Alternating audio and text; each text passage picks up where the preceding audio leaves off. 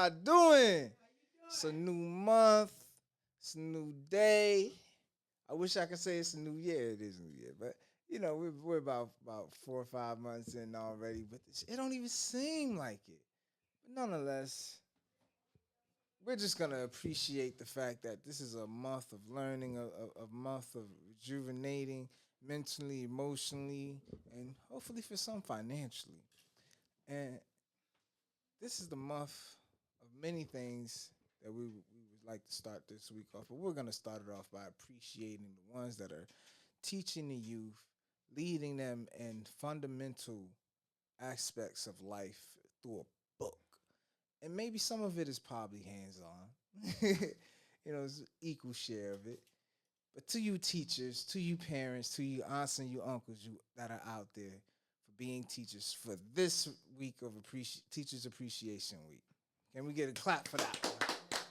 For all the teachers out there who take their job as a parent, their aunt, uncle, grandma, grandpa, whatever your position in life to another individual that you have as a teacher, or in ancient word, Commission words, it would be skibet, meaning that you are a teacher and a student, forever learning. That's what the word skibet means. To be that as a person who's always adjusting and taking the newfound knowledge and adjusting it to the knowledge that they were already previously given from the skibets before them. Because knowledge grows just like the individual who learns and knows. So, with our words of inspiration for today's episode for Teachers Appreciation, a great teacher plants the seed of wisdom, but a willing student waters it with curiosity. Together, they grow something lasting. And when those words are being said, because they was just put together by me and the team. Like I said, I think about being a skibet. As it says, a great teacher plants a seed. Only a student will be willing to water with curiosity. You mean you want it to grow. You want to know. You're reaching under the that dirty refrigerator to find out what's under there. What's that? What's under? Oh, I can clean this. I can do that. Oh, you're not afraid to do something different. So we're gonna jump with the first question for the audience. Well, you know what? I'll read the first question and then jump into the audience. After I answer it, how do you think the role of teachers has changed over the years, especially when it comes to balancing discipline, technology, and student needs? Like, how has it changed as far as the roles of teachers throughout the years, especially when it comes to balancing discipline, technology, and students? Actually, I might want to let the audience answer before I let my little tricky self go. Anyone willing to just elaborate on that? In my opinion, I think it changed drastically. When I was growing up, more of the teachers were more so older. I would say like in the 40s, 50s maybe. I'm not sure how old they were. And nowadays we see a lot of teachers are coming in straight out of college, 22, 23. And I think it's just certain aspects are lost and found. So it has its ups and downs, its pros and cons. So when I went to school, I had more older teachers. So I learned how to be more respectful. How to present myself more openly. Sometimes, as kids, we get out of hand a little bit. So when we got that elderly-like teacher that's like an older aunt or older grandmother figure, we was able to get put in check right there. Some cultural understanding, you would say. Yeah. Okay. And today, we got a lot of younger teachers that's still students themselves. And I just think they kind of, they mesh a little bit more with the students. But at the same time, you can tell that there's certain things that's not getting brought to the classroom because there's kind of like you're actually growing up with the kids. So there's the pros and cons. Of course, you can relate more, especially nowadays. We got technology. We didn't have technology when I got about 12 years old. That's when we started getting computers in classrooms. So now they have more technologies just at the tip of their fingers, and I think that it is good for the teachers nowadays, but it's also harder because they have to actually raise these students when they're away from their parents as their own, and they're still students. Like I said before, when I was 12, the teachers were more like 40, so they had their own kids, they had their own families, their own lives. Nowadays, the students got younger teachers who still haven't started their own families, and they're still trying to learn their own way. So it's pros and cons to it. Depends on how you look at it, and it depends on how involved the parents are at home. A key part, especially how involved the parents are. Like, how much of that would you say would help out the teachers? Oh man, it helps tremendously. It helps tremendously. Some students might, we come from a place where the students aren't so, brought up a certain type of way. So when they go to school, they kind of act out because their parents are not, as, what's the word I'm looking for? Disciplined. They're not as disciplined. They're having them younger and younger. So when you send them to school, they got the younger teachers. It's kind of like, okay, we can act how we want because they're a couple years older than me, and they kind of relate to me a little bit more. Yeah, because my parents aren't that much older. Yeah, so then, but before when we went to school, they was like our grandmother's age. So it was like they kind of had more permission to check us right there. You know what I'm saying? So. Okay, thank you. Anyone else? I'll read the question over if needed. Anyone need me to read the question again? Does anyone? I'll read it again. For the first question, how do you think the role of teachers has changed over the years, especially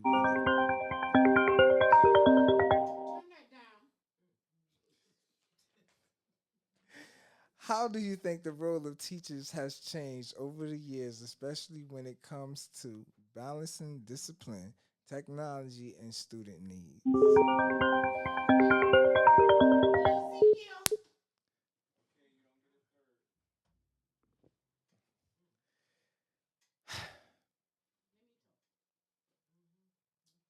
Well, from my era, the teachers was able to chastise the children more. But now they came out with this DIFUS thing calling the people on you, so you get locked up if you beat a kid or even if you talk to them the wrong way. So the teachers' arms are kind of like short. A lot of times they can't even teach the kids because the kid has no home training. They cuss the teacher out, they beat the teachers up. And some parents, I'm not saying all, some parents is fighting the teacher over their kids. So if I was a teacher, I don't know how I could deal with it. So I take my hat off to a lot of them for even remaining in the school classroom.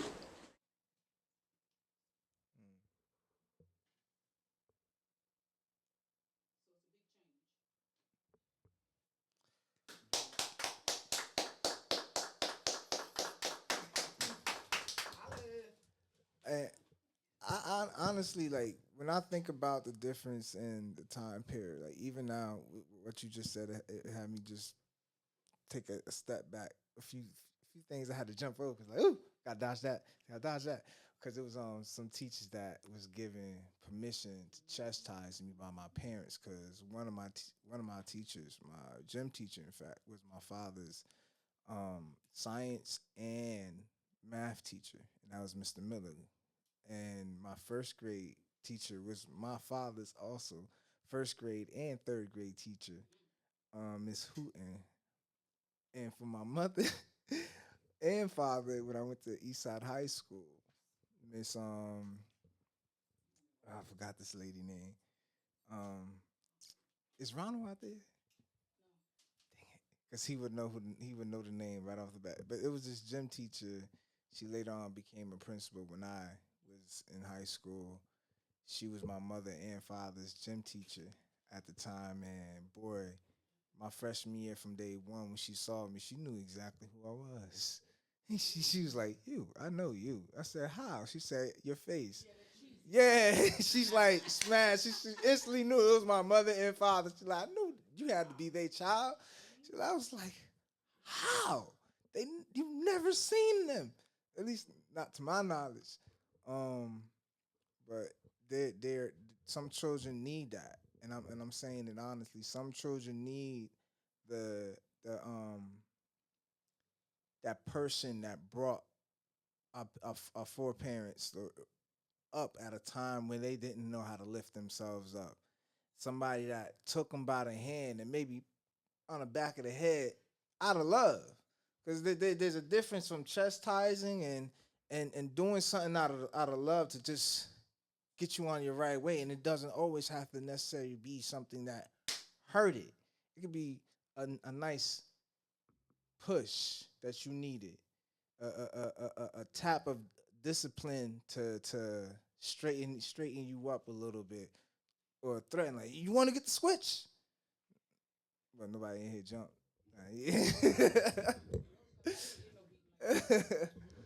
But yeah, I'll go on to the next question. As far as question number two, what are your thoughts on how teachers handle students who seem unteachable, and that's what do you think that says about both student struggles and teachers' resilience? What are your thoughts on how teachers handle students who seem unteachable? And what do you think that says about both student struggles and teachers' resilience? I think every situation is different. I know we got the internet now, so I've seen some videos where I thought the teachers were a little bit excessive, and there was times where I can honestly say that the child was a little bit more excessive. So the question was, what do you think that says about both student struggles and teachers' resilience? It says a lot about, the society we living in, where some people think they can abuse their power, and some students may think that, since I'm a student, you can't do certain things to me. So it's kind of like they feel like they're in more power because they do have phones, they do have the internet, and it says a lot about society and the direction that we're headed, especially when we look back at where we come from growing up in the 80s, 90s, 2000s. Things is totally different. So I think that there's definitely some curriculums of mental health curriculums that need to be put in place for the teachers, and also some type of extra disciplinary action that's more so a learning experience. It's like, okay, you're being disciplined, but you're being taught something during that discipline, instead of just thinking, hey, I should put my hands on you because this is how my mama taught me, or this is how things should go. Yeah, so it's kind of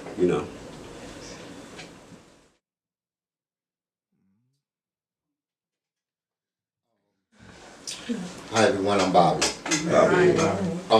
I think it's harder today for teachers and students, and I think that what makes it harder today is that everything is more regulated. There's more rules than it used to be. There was a time where teachers was giving the right to discipline. We know now that teachers, don't put their hands on kids at all because of the legalities of it. And the information is so much more today. You think about the, like everyone has said, the internet has broadened teaching, to limits. There's some students that prepare themselves to be taught better than other students. The same thing that, when a kid go home and do his homework, he's able to keep the class moving.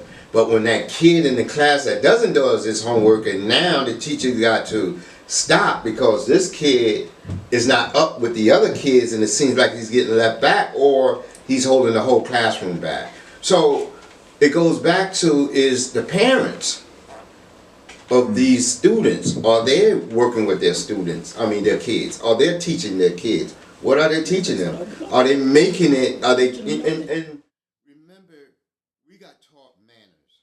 That we got taught to respect our elders. We was taught to, when we in the environment, that our parents was like, you better not embarrass me, boy. You going out there. So it was just when I acted out.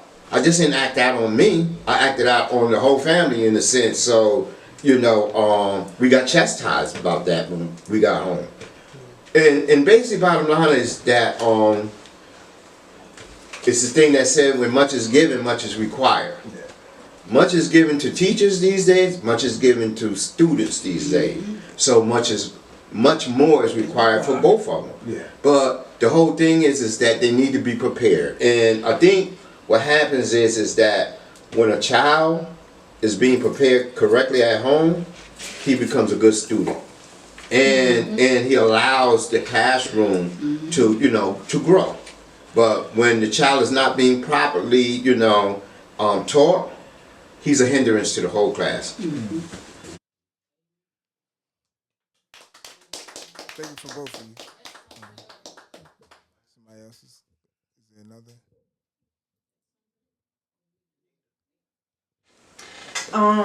I remember when I was growing up as a child.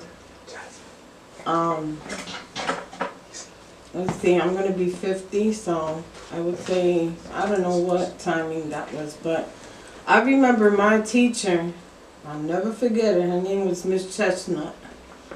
And she had us in line. We were like military little kids.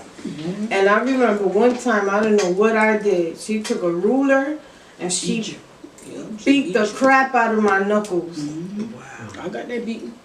And I went home and I told my mother, and my mother said, you must have did something wrong for her to beat you like that.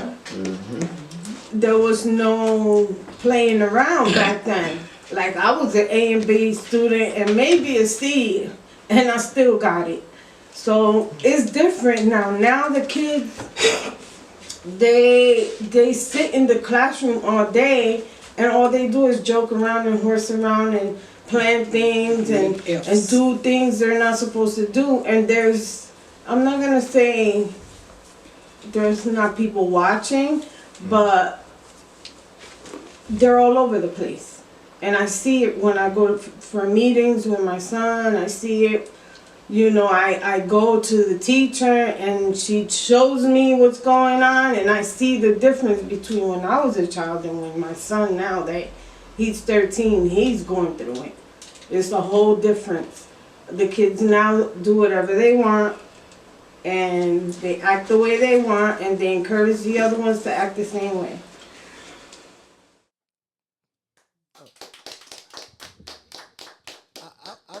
I'm gonna let you go. It's the thing that I've realized with my nieces and nephews in school, because I got nieces and nephews around the same age as your son, and a large part of what's being taken out of the schools, when you look at the children, it's accountability. A lot of the children aren't accountable, don't have that click in their mind just yet about the things that they're susceptible of handling on their own. Schools aren't teaching them how to actually prioritize their time and the activities that they're doing. They just know, I at this time I have this for that class, and then at this time I have this, or I'm sitting in one class and I'm doing all of these different things, but they're all happening on scheduled times. But some of the students aren't getting rooted in that time orientedness. They're not teaching time like to be oriented in time with the students. All right, so we're we're gonna do this, and we're gonna hone in on this area, and then we're gonna hone in on the next. They're not actually giving the students a set time that fits them and their schedules, because some students need individual teaching, or a smaller class, or when they finally realize that this child is on the spectrum, or that it's being shown that is there, and the teachers couldn't identify it, or maybe the teacher themselves is there and didn't know, because some people have it shows up in their lives when they get older versus while they're young. But even so, with that being said, it's still up to the individual who's teaching the child the thing that they know that they have to teach. Like if I'm responsible of my time and my orientation of things that go wrong with me, when I get in my class, I'm gonna be teaching my class the same things, the strengths and skills in which I have. If I have any weaknesses, that means those weaknesses are gonna show through them, just like a parent. If I don't teach my child financial economics, it's because I didn't know. And how is it that they don't know? People gonna see it through them and how they dress, how they talk, the way they approach people. All of that shows within one. And I'm not saying that as a teacher, the teachers, they have to see all of this, but we as individuals, we see all of this. When you wake up in the morning, you see it in yourself. When you look at your children, you see it in them. Whatever I didn't teach them, they're gonna show. Whatever wasn't taught to me, it's gonna show. So I have to hone in on those weaknesses or them untaught things and teach it to the next ones as I'm learning it, as it's evolving still. And we'll start to see not just the teachers change, but the parents change, the children change, and even the elderly. It's never too late to learn a new trick. It definitely ain't. Either you're gonna change or you're gonna keep complaining. There's only two choices in life. You gotta make one. So you was gonna say something. Yeah, first thing, totally agree with you. And just to speak on it, teachers are vastly underpaid. They are vastly underpaid. I went to school and we had up to about 28 to 30 students in one class with one teacher in the classroom. That's too many. That's too many students. Fortunately, I went to the school that I went to. It was a public school, but that's too many students for one teacher. For real. Some teachers do have the ability to do it. Some teachers do have the ability to do it. But like I said, they're vastly underpaid. Yeah. I know my teacher, one of my main teachers, she was just out of college. She was about 24 years old. She still don't have kids. Like she wasn't even able to go home and go home and live her own life. Wow. And it's like because you got 28 to 30 students and when you go to work, when you go home, it's like you have another kid. So I think they're underpaid. I think they're always understaffed. Every time I turn around, I'm hearing of a budget cut. Yeah. These kids, these students do need more one-on-one time. They need more, of course, parenting too. But they need 4 or 5 people in the classroom because it's 20. If you once you hit 25 students in one classroom, yeah, you need like a teacher or assistant just for every 4 to 5 students. That's just my opinion. That's true. That's true. And that's coming from somebody who has some type of education or have some type of knowledge. And it's like, I look back on it now, like that's crazy. That's insane for you to expect somebody to do that, to have 28 students to 30 students with one teacher. And then look on the news and you hear budget cut. Right. Budget cut for what? You're not teaching them as much as you can teach them anyway.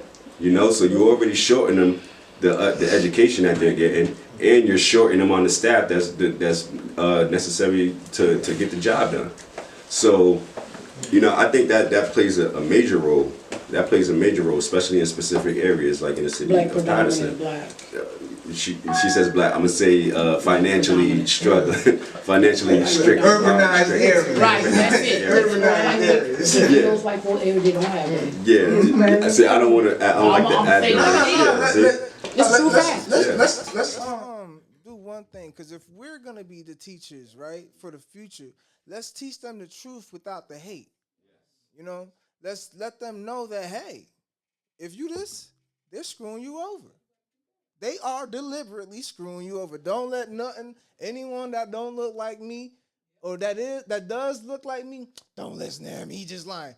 Ask him or her to tell you. So what are they lying about? Tell me. Ain't nothing wrong with asking a question.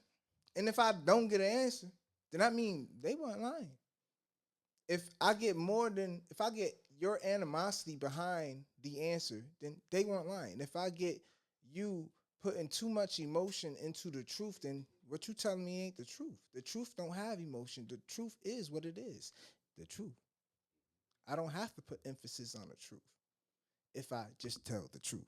The truth is, young urbanized brothers and sisters, Hispanic brothers and sisters that live in the urbanized area, the people who in which you pay your taxes to is screwing you over.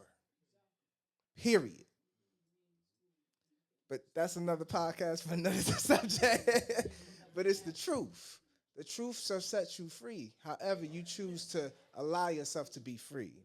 So we're gonna go to the third question because that's woo. I might want. Yeah, it's really deep. We're gonna have a podcast on that though.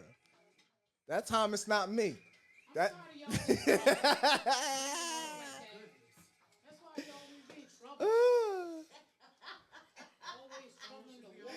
Yeah. For our last and final question of this edifying podcast. Mm. It's funny. I said, put your phones on silent or airplane, and mine went off like three. Bad teaching, right? Yeah, right. Because it's connected to the system. For our last question, in your opinion, what is the true purpose of education, and what values should never be lost, no matter how much teaching evolves? Let me read it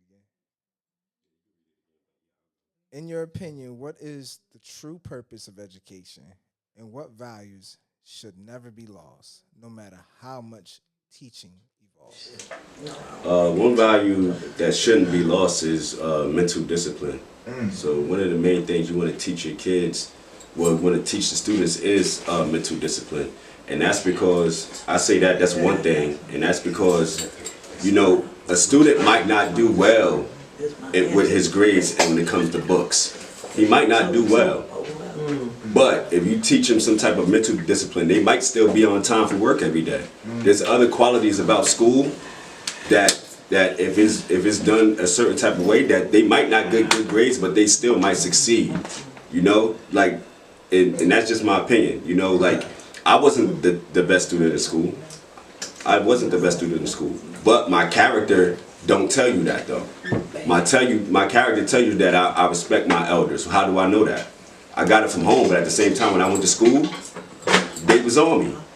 Not to be an A student, but hey, stay out of trouble. This is how you think your way through things. Come here, sit down with me. So what happened? They know I'm gonna tell them the truth about what happened, and they knew, and that's how I learned to tell the truth. I might as well tell the truth. I'm in trouble anyway. You know what? How can we resolve this issue?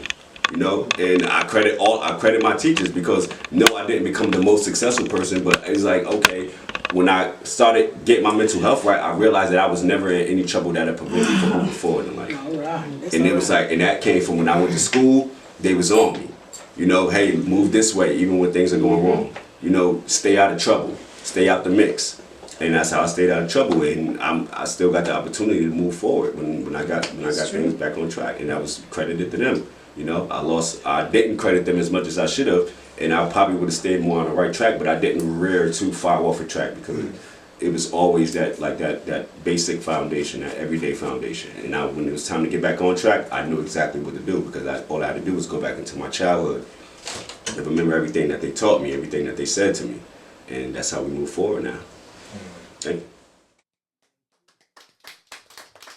Basically explaining what I was gonna ask. I was gonna ask you what's that the word you say your mental mental discipline. Yes, mental discipline. Because most people, even as parents, they don't even have it to teach it. Like I said, if your child don't know something because you, as an speaking to the viewers, your child don't know because you did not know. So if you want your child to know something, you need to go know. You have a phone in your hand. You have a tablet. You have a TV that's a smart TV that you can go on Google now and watch it right there in front of the whole family and everybody learning together. So you can't say that you can't grow together as a family. You can't learn together as a family because they always say a family that prays together what? So if a family that learns together, they what? All right. So let's get on the ball, mom, dad, grandma, grandpa, uncle, auntie. It's a whole function.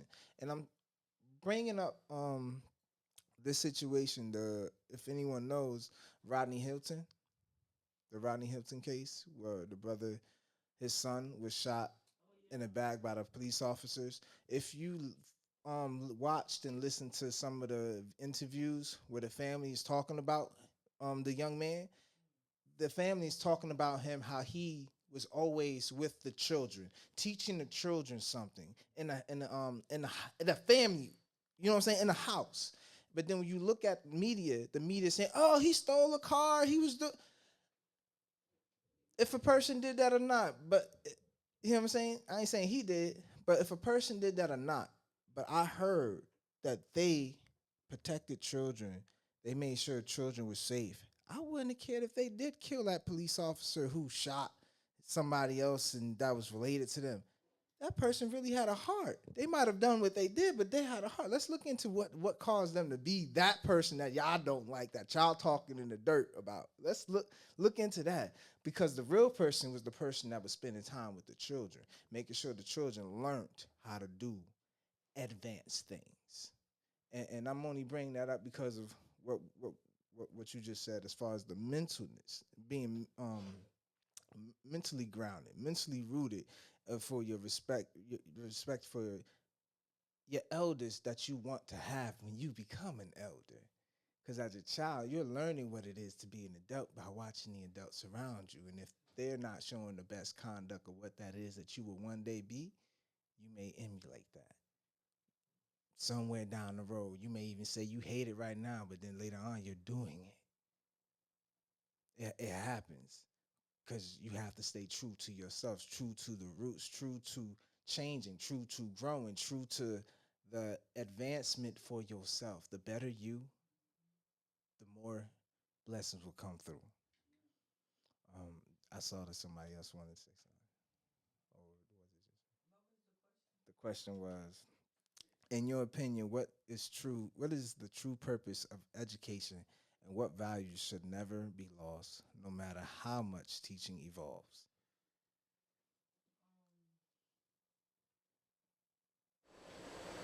Yourself. I don't think you should let yourself be lost.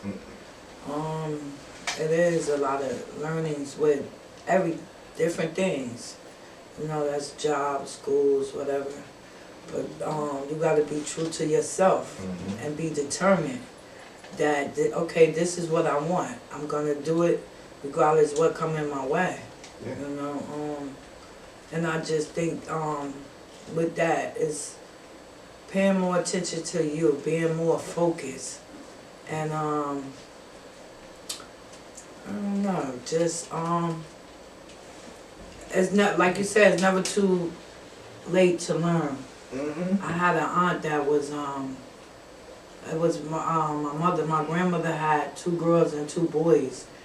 And my aunt now, my mother told me before, you know, she went back to school when she was 42. And that's how she got all of this and stuff and this. And I'm just thinking about, like, how she was. She got her own church, her own business now. She, you know, she just got all this. My mother unfortunately passed away. And my mother only went to the 7th grade. So, and I'm just like, wow, like, how has Shirley got all of this? You know, housing and, you know, besides her husband, but he passed, but she went back to school. She went back to school and got a master's and everything at that age. Like, so, it's never too late. Like, you know what I'm saying? And some people's gotta just know for themselves. Sometimes you get distractions. You gotta learn that you can't let different things take you from what you want in life. So I think that's important. I'm at a little bounce now, but in reality, I know what I want. I wanna learn. I want more of learning of things that it's not that I didn't learn, it's the way I came up, you know. My mother went to the 7th grade. She was hands-on, but my father was hands-on more with me with school.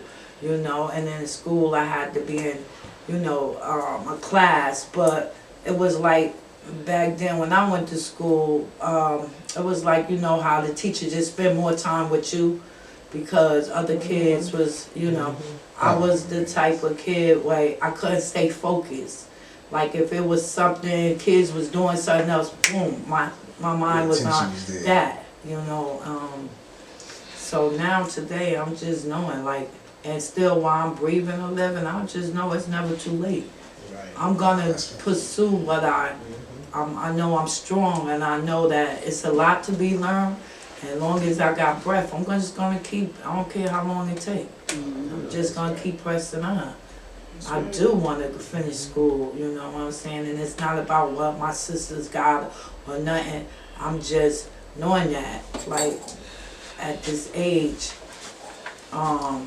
it's not where I wanted to be, but I know God got a purpose for me.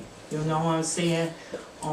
He didn't bring me this far to just be like, oh, okay, this all you know, so this all you're gonna get. No, it's more, and I'm gonna keep pressing until he take me from here.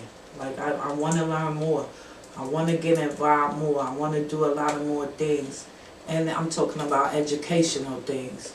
You know, it was easy to say, oh, I would just want to go out here and do this, but no. And I'm going to get there. I believe in that. So that's what I got.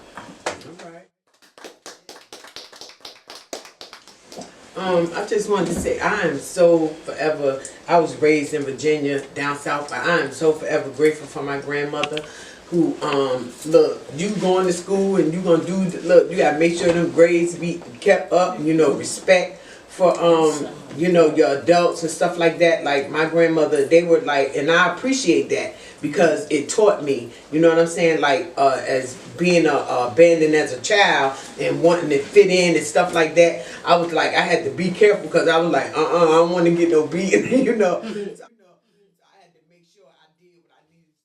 And everywhere because my grandmother, and I thank God for that though. My grandmother, she, look, you're gonna respect your elders, you're gonna do what you're supposed to do, you're gonna go to work, you're gonna behave, you're gonna be acting like them other kids or whatever. Not saying that they were better than or I was better than or anything, but that's how she wanted me to be at my best. You know what I'm saying? My grandmother, she did her very best. I would go with my grandmother because she cleaned white people houses and stuff, and I would go with her and stuff, and she'd be like, come on, I would hang with my grandmother. I love my grandmother, I miss her so much.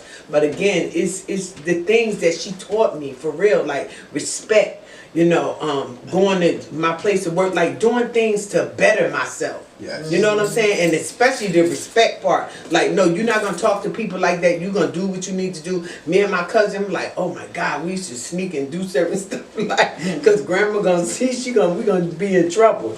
But again, I thank God for that because it taught me to be the woman that I am today. You know, because when things got rough, when I fell short, not that I was perfect, but look, I fell short running on my own will and stuff. But again, when things got rough, I thought about, you know what? Grandma would say, Grandma would, and I just prayed and just asked God to just, oh, please save me from this mess. But again, I thank God, you know, because I was able to go to school, do what I needed to do, you know, graduate, master's, do different things that, you know, I know that, you know, help me to be what I am today and help me to do what I need to do today to give back and help people. But again, I'm just like so grateful for that training coming up because I got beatings. Easy, I would be scared. I was like, I got beaten. easy, I would be scared if I did something. Oh my God, look. And like I said, my grandmother, she was the bomb. But look, wait, why you gonna wait till I get out the shower? When I come out, I'm like, Grandma. But that hurt it. But guess what? It made me, look, child, please, it made me like, you know what? Be mindful. You know what I'm saying? Man, look, please. Oh my God. But I'm forever grateful for my grandmother for real, but I did not look forward to them beating. Go for it. Nobody. But no looking, man. I be like trying to stay in there longer, Lord. Trying to stay in there a little longer. They come wait. on out of there. They got patience. They got patience. Trust me, they got patience. Back when I was getting my Come on behind now. as a child, when they say, "Do you care about yourself, kid?" I would have been screaming it with myself. Because I definitely care about my self-care, but I'm grateful for my grandmother because she helped me to be the person I am That's today. good. That's good. You know? But thank y'all.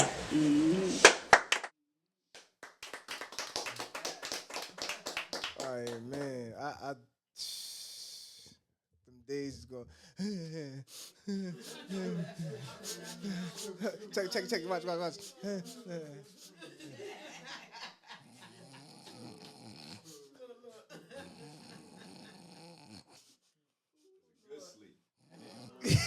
That's them good. I don't mean to say it like that, but Lord, you know what he did. My sleep. She told I forgot.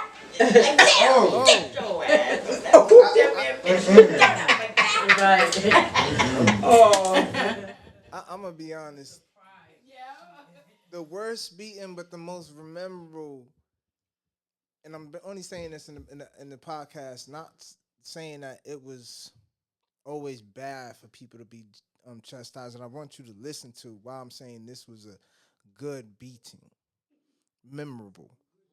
And when I'm saying good because it made me who I am. I'm part of the culture, knowing family works together. Family are supposed to keep you right. So I did wrong. My mother, my father, my grandma, and aunt, they all lined up. You know what I'm saying? They all lined up. It was a tag team. Oh, you did something like, oh, go in that room. Tag team next.